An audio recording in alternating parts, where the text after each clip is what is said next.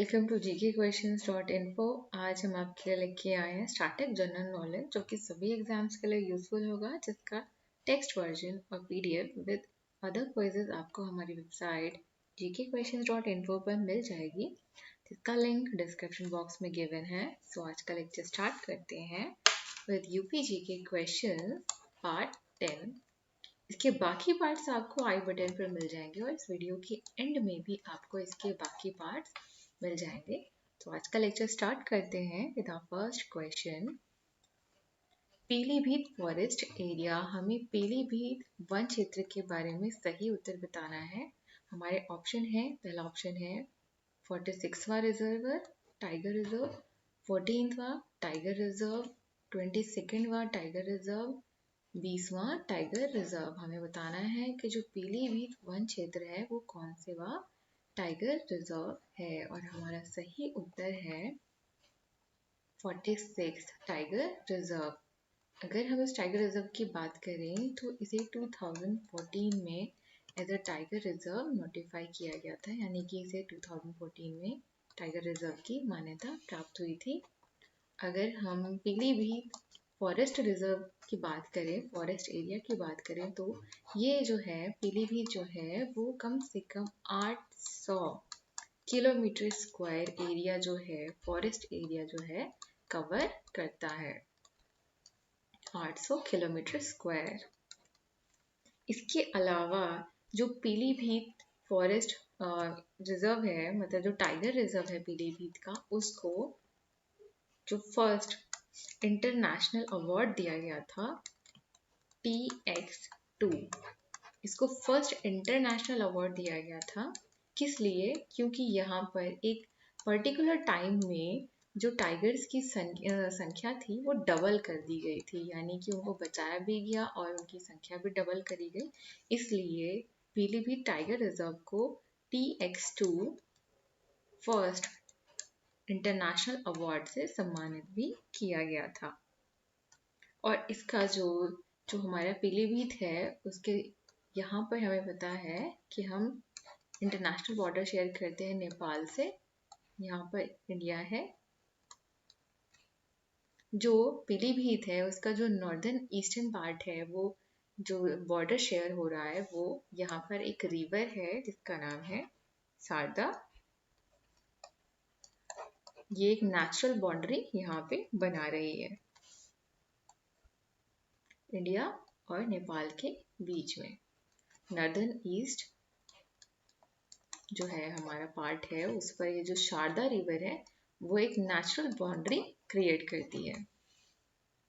हमारा next question है, Pilibhit forest area was declared as 46 tiger reserve of India in. हमें बताना है कि जो पीलीभीत 46 टाइगर रिजर्व है उसको कब ये मान्यता प्राप्त हुई, कौन से ईयर में। हमारे ऑप्शन है 2012, 2007, 2011, 2014, और हमारा सही उत्तर है 2014। 2014 में से यह मान्यता प्राप्त हुई। हमारा अगला क्वेश्चन है, What is the percentage of population that lives in rural area of Uttar Pradesh as per 2011 census? हमें बताना है कि जो 2011 की जनगणना हुई थी उसके अनुसार जो उत्तर प्रदेश की रूरल यानी कि जो ग्रामीण क्षेत्र की आबादी है वो हमें बतानी है कि जो वहाँ पे ग्रामीण क्षेत्र में रहने वाली जो जनसंख्या है वो कितना प्रतिशत है। हमारे ऑप्शन है 90%, 77.7%, 80.7%, 94%, और हमारा सही उत्तर है 77.7%। यानी कि जो उत्तर प्रदेश है, यूपी है, उसकी 77.7% जो आबादी है वो रूरल एरिया में रहती है, यानी कि ग्रामीण एरिया में रहती है, और यानी कि 33.3% सिर्फ इतनी पॉपुलेशन जो है वो अर्बन एरिया में रिजाइडिंग है, यानी कि अर्बन एरिया में रहती है। हमारा अगला क्वेश्चन है, ब्रिटिश राज अनेक्स्ड अवध किंगडम इन। हमें बताना है कि जो ब्रिटिश राज ने अवध को अपने अंडर में मिला लिया था, अपना कब्जा कर लिया था, वो कौन से ईयर में किया था। हमारे ऑप्शन है 1990, 1827, 1911 1857 और हमारा सही उत्तर है 1857। जो 1857 की क्रांति हुई थी उसमें जो ब्रिटिश राज था, एक कारण ये भी था कि इन्होंने अवध को भी अपने कब्जे में ले लिया था और अवध ने भी इस 1857 की क्रांति में पार्टिसिपेट किया था। उस टाइम पे जो जनरल थे, ब्रिटिश राज के जो जनरल थे वो कौन थे? लॉर्ड डलहौजी थे, जिन्होंने डॉक्ट्रिन ऑफ मिस गवर्नेंस का, यानी कि आपको रूल करना नहीं आता है या कुछ भी कहकर अवध को अपने अंडर में मिला लिया था, कब्जा कर लिया था अवध पे। हमारा अगला क्वेश्चन है when the Awadh was annexed in 1857 who was the king at that time। हमें बताना है कि जब अवध को अनेक्स किया गया था 1857 में, तो उस टाइम पर वहाँ के जो राजा या फिर नवाब जो थे वो कौन थे? हमारे ऑप्शन है मोहम्मद अली शाह, असफ-उद-दौला, अमजद अली शाह, वाजिद अली शाह। और हमारा सही उत्तर है वाजिद अली शाह, यानी कि 1857 में जो अवध के किंग यानी कि नवाब थे वो कौन थे? वाजिद अली शाह थे, जिनके राज में ब्रिटिशर्स ने फोर्सफुली अवध को अनेक्स कर लिया था, यानी कि फोर्सफुली अवध पर कब्जा कर लिया था।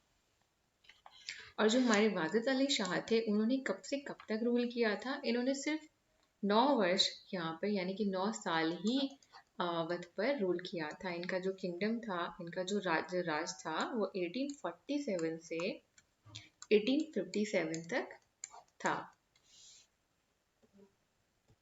हमारा अगला क्वेश्चन है after the annexation of Awadh Wajid Ali Shah was exiled to, यानी कि जब ब्रिटिशर्स ने अवध को अपने कब्जे में ले लिया था तो उसके बाद उन्होंने वाजिद अली शाह को कहाँ भेज दिया था, यानी कि कहाँ पर उनको निरावासित कर दिया था।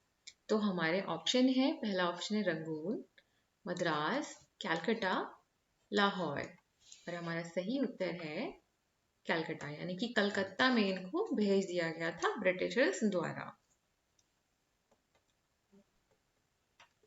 हमारा अगला क्वेश्चन है in Uttar Pradesh which city is known as city of widows, यानी कि उत्तर प्रदेश का हमें वह शहर बताना है जो विधवाओं का शहर कहा जाता है। हमारे ऑप्शन है वाराणसी, मथुरा, वृंदावन, गोरखपुर। और सही उत्तर है वृंदावन। ऐसा क्यों कहा जाता है? उत्तर प्रदेश में जो वृंदावन है उस सिटी को सिटी ऑफ विडोज यानी कि विधवाओं का शहर क्यों कहा जाता है? क्योंकि एक लार्ज नंबर पर, यानी कि बड़ी संख्या में जो विडोज थी, जो विधवाएं थी, वो इस शहर में मूव हो गई थी, चली गई थी, इसलिए शहर को सिटी ऑफ विडोज कहा जाता है। हमारा 8th क्वेश्चन है who was the first Nawab of Awadh. हमें बताना है कि अवध के जो पहले नवाब थे, फर्स्ट नवाब थे, उनका नाम क्या है? हमारे ऑप्शन है मोहम्मद अली शाह, सबात अली शाह, अमजद अली शाह, वाजिद अली शाह। और हमारा सही उत्तर है सबात अली शाह।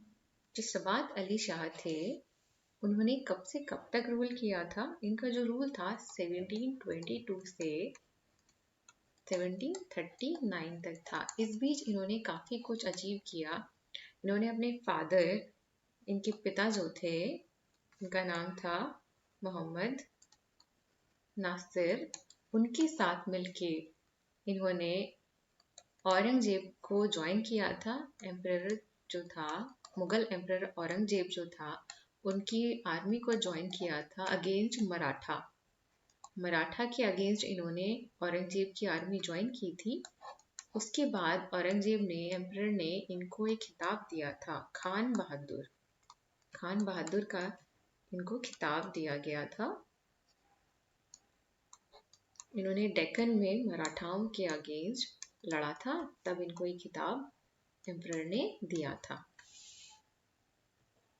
हमारा अगला क्वेश्चन है लाल इमली the India's first woollen mill is in. हमें बताना है कि लाल इमली एक ऊन की मिल है जो कि कहाँ पर है? फर्स्ट वुलन मिल है, पहली ऊन मिल है, वो किस जगह पर है? हमारे ऑप्शन है वाराणसी, मथुरा, कानपुर, गोरखपुर।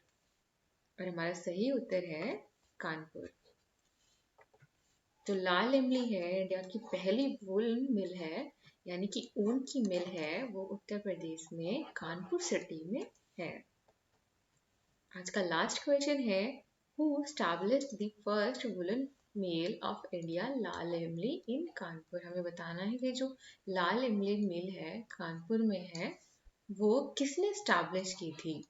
हमारे ऑप्शन है David Gilmour, Joshua Reynold, Alexander MacRobert, Michael H Fisher. और हमारा सही उत्तर है Alexander MacRobert. Alexander MacRobert ने 1876 में जो पहली इंडिया की वुलन मिल थी उसको स्टैब्लिश किया था कानपुर में। Thanks for watching guys. अगर आपको हमारी लेक्चर पसंद आता है तो प्लीज़ इसे लाइक करें और हमारे चैनल को सब्सक्राइब करना ना भूलें। Thank you.